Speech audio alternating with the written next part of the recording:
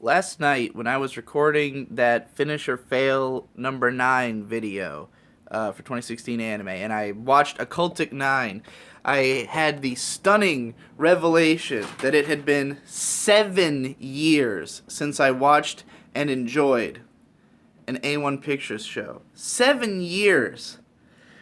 And the reason that was shocking to me wasn't just because 7 years is a lot of years. It was because that means it's been 7 years since 2010. Because 2010 was when Sora no Oto came out, which was the last A1 Pictures show that I really loved. That was my favorite show of 2010 at the time. Now, since then, my top four that year, I made a whole end of the year post back in 2010. It was it was the first year that I did like a gigantic top favorites list where I'd watched like most of everything that year, or at least sampled most of everything that year. And my top four had been Sora no Oto at number one. I want to say Strike Witches 2, K-On! Season 2, and the Nanoha movie. Those were my top four of the year. And I don't remember if they were in that order, but I know Sora no Oto was number one.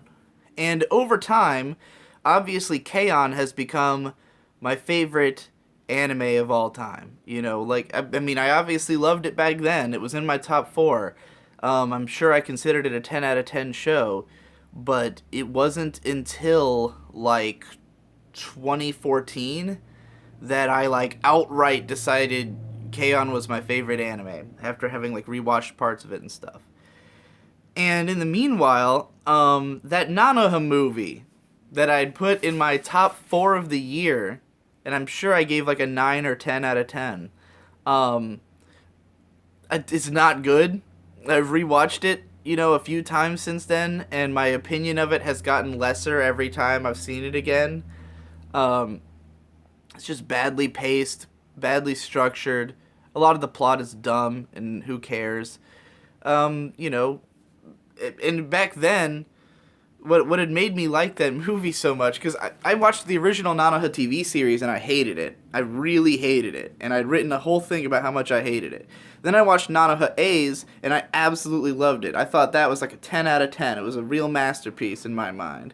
Then I watched the movie and I thought, well, this movie is so great, not only because it's a better version of the first season, but because now you never have to watch the first season. You can watch the movie and then just watch the A's TV show. But, when I put together my Nanoha video a couple years ago, I did this big 3-part retrospective on Nanoha. Not only did I realize that I don't like the first movie anymore, I don't like A's that much. I'd give it like a strong 6 to a light 7. It's an okay show. And then I watched Strikers, which was I would even say a little better than A's, but it's around the same level. And it's like, I don't care about Nanoha that much. It was fun to make a video about it and watch all of it, but, And I still haven't rewatched Sora no Oto since 2010. Or Strike Witches 2. So, I have no idea how I would feel about those, because obviously everything from back then is questionable now, But there's a lot of shows that I haven't seen in 7 years, that I still am going around calling one of my favorite shows, that I still, remember as having been a show that I cared about deeply. So as far as I know, there's still favorites. 2010 was when Shiki came out, I've said a lot of positive things about that show in the time, even, in my YouTubing career.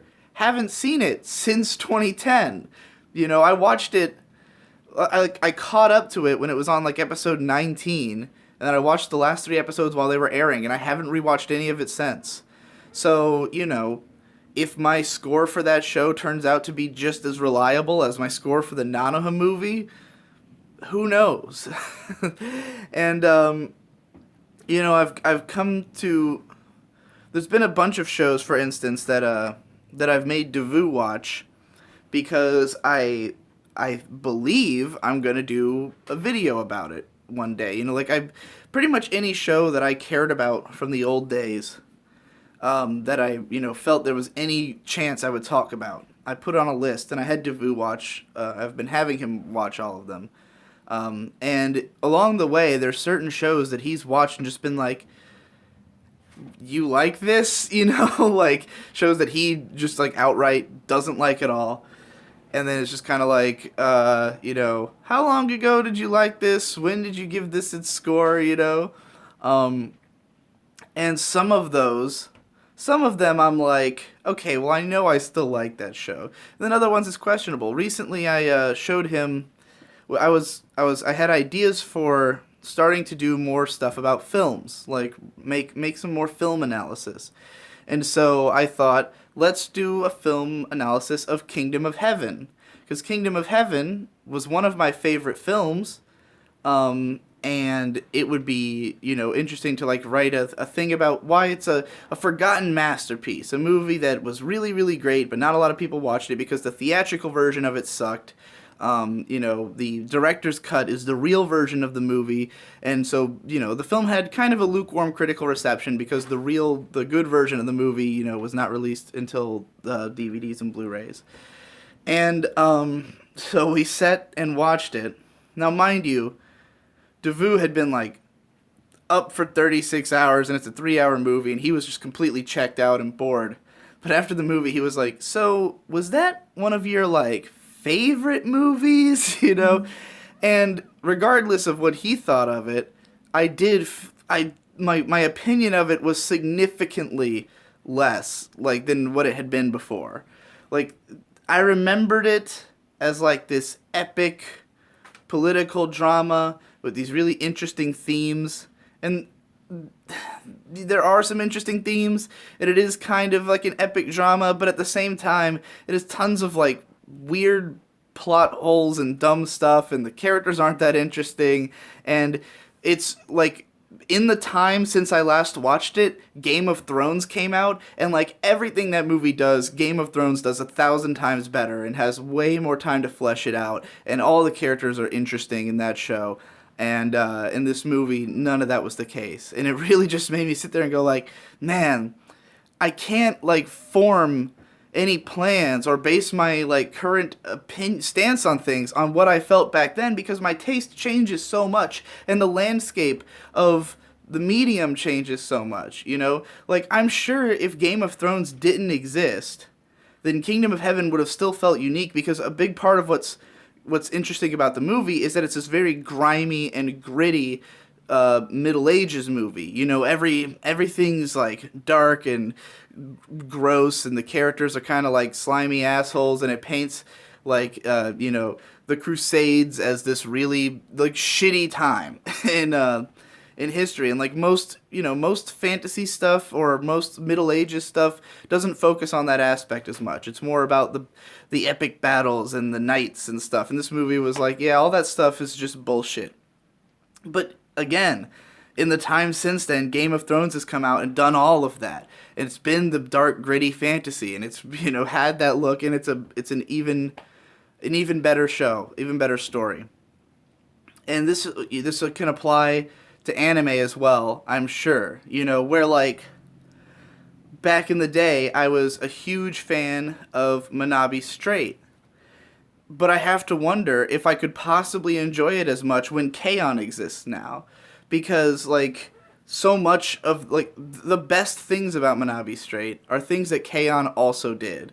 It had, like, these 4 strong characters, focuses on their friendship and how they develop with one another, and builds up to a big graduation scene. But it only has 12 episodes, and it has a very different kind of focus and trajectory and like the way that it handles its drama. And just back in 2007 it was very impactful for me, and I think the last time I've seen it was probably 2009 or 10, and since then all of K-On's come out. So could I possibly still consider Manabi Straight as highly, knowing K-On! Exists? Could I still even consider Kitamari Sketch as highly, having having seen K-On! And really digested K-On!, I don't know. And there's a lot of stuff. A lot of these posters in my room are for, like, stuff I haven't, looked back at in a while. And I've had plenty of experiences of old favorites being like, now, I was just thinking about that A Tale of Memories, for instance. Like, when I first saw it, was literally my favorite show for a little while. And now I consider it like a strong 7, light 8 kind of show. It's got great elements to it, but the things that, like, really resonated with me and stuck with me back then don't matter as much now, or feel passé, or I've seen other shows that have done it even better. So, yeah. This is just sort of a ranting and raving of someone who's been watching anime for so long and starting to feel the effect of that, where we're coming very close to the 10-year anniversary of my anime blog. It will be this April or May. I think May. I think it's like May 15th is when the first post on my anime blog went up in 2007. So I've been sharing my opinions on anime for 10 fucking years.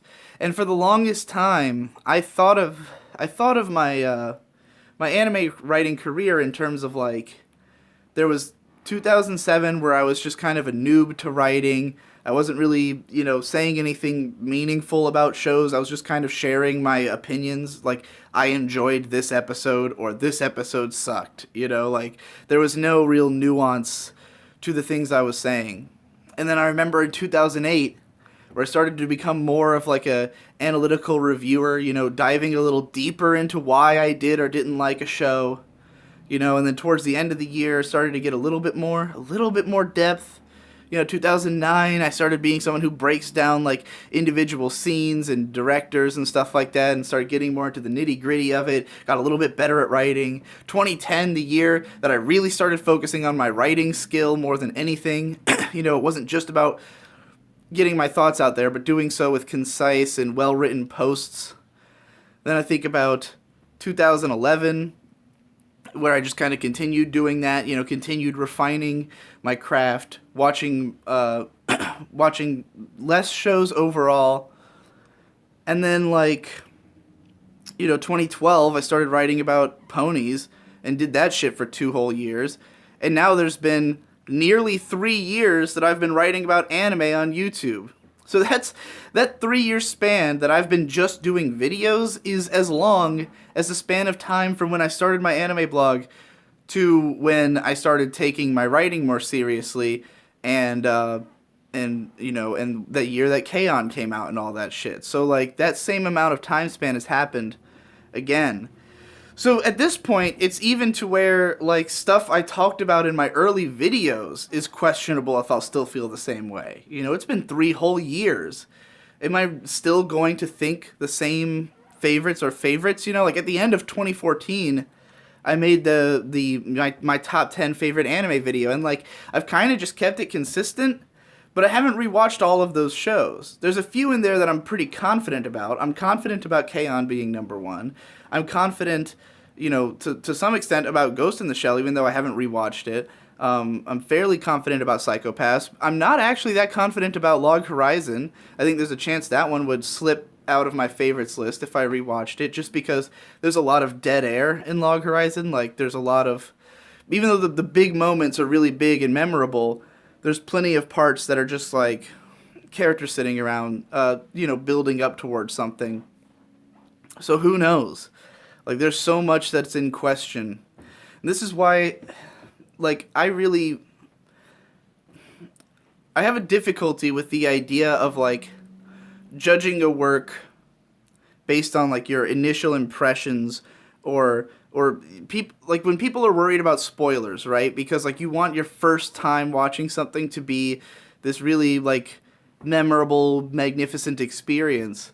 But I find it harder to value that experience, because to me, it's like, it has to match my current taste for me to still like it, I'm not going to go around telling people, like, oh, you should watch the first Nanoha movie because the first time I watched it when I was, like, 18 or 19, it was like, it was a masterpiece to me.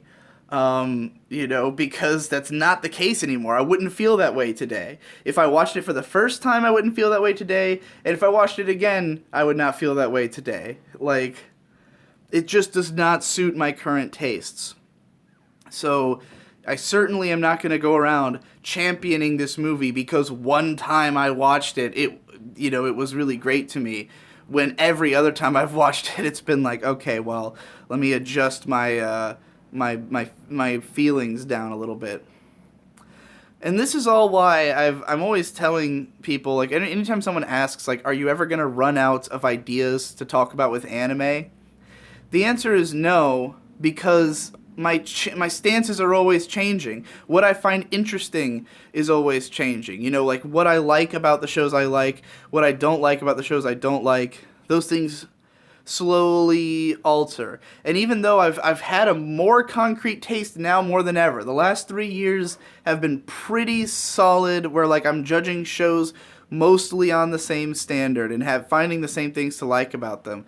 The more stuff I watch, the more like, the more I can look back at something older and go, well, the things I thought were novel back then don't feel novel anymore, and maybe don't elevate this show in the way that another one would.